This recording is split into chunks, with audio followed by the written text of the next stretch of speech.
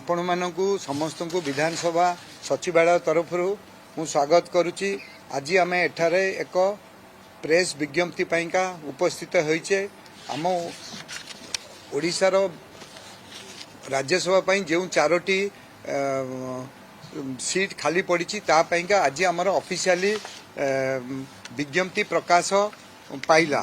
सेटा आमर notice board रे बाहरी एवं सबु जिल्लार नोटिस बोर्ड रे कलेक्टर ऑफिस रो नोटिस बोर्ड रे बाहरी। आपण माने जानिथिबे जे एइथिपाइका process election commission of India 18 फेब्रुआरी रो आरंभ करथिला एवं से अनुसार तार विभिन्न डेट देइछंती जोटा आमे आपण मानको सहित आज शेयर करिवो। ओडिशार वर्तमान जो राज्यसभा निर्वाचन हबो ए निर्वाचन रे हमर 4 जण ऑनरेबल एमपी कर कार्यकाल 2 एप्रिल 2026 रे सरुची।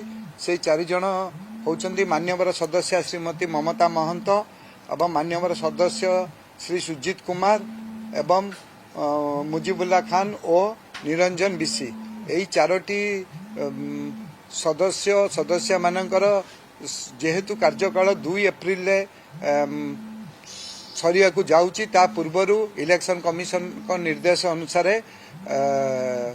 निर्वाचन होउची। मो साइड रे बसचंती विद्याधर माझी सी असिस्टेंट रिटर्निंग अफिसर अछंती। हमर जो माने इलेक्शन ब्रांच कंडक्ट करछंती खुंटिया बाबू विजय बाबू एवं मैडम समस्ते आमे इलेक्शन टाकू सुचारू रूपे करिया पैंका नियुक्ति हेचु एवं मते मध्य election commission of India returning officer हिसाब रे अपॉइंटमेंट करिसंती। आज ताहार विधिवत भाव रे गेजेट नोटिफिकेशन मध्य राज्य सरकार तरफ बाहरी जाइछि। इलेक्शन होम इलेक्शन तरफ बाहरी जाइछि।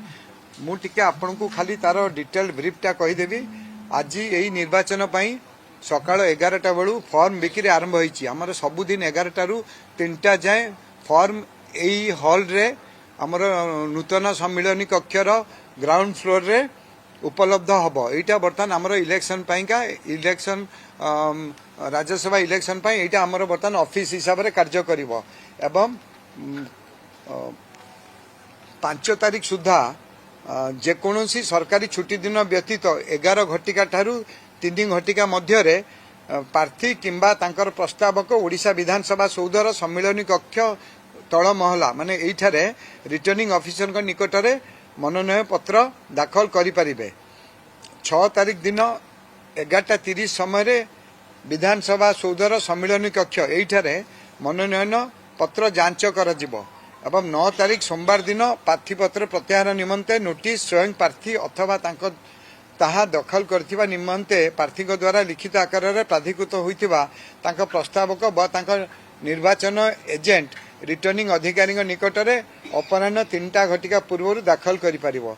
तामाने जदि के विड्रॉल करिया चाहिबे से 9 तारिख 3टा सुधा आपणकर करिवे एवं निर्वाचन प्रतिद्वंदिता मूलक हुए ताहले 16 तारिख दिन 16/3/2026 सोमवार दिन सकाळ 9 टारू 4 घटिका मध्य रे ओडिशा विधानसभा कमिटी रूम 54 आमर जोटा फास्ट फ्लोर अच्छी रूम नंबर 54 रे से दिन आमर निर्वाचन हबो एवं से दिन राति रे ही आमर संध्या सुधा आमर फलाफल घोषणा करा जिवो एवं निर्वाचन व्यक्ति को रिटर्निंग ऑफिसर से दिन सर्टिफिकेट देबे एवं आमर जहाँ इलेक्शन कमिशन कर अच्छी गाइडलाइंस अच्छी इलेक्शन कमिशन ऑफ इंडिया कर 20 मार्च 2026 सुधा समस्त कार्यक्रम समाप्त हबो।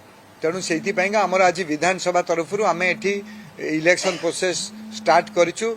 प्रार्थी माने किंबा तांकर एजेंट माने जे आसीबे से माने नॉमिनेशन आज नेबे।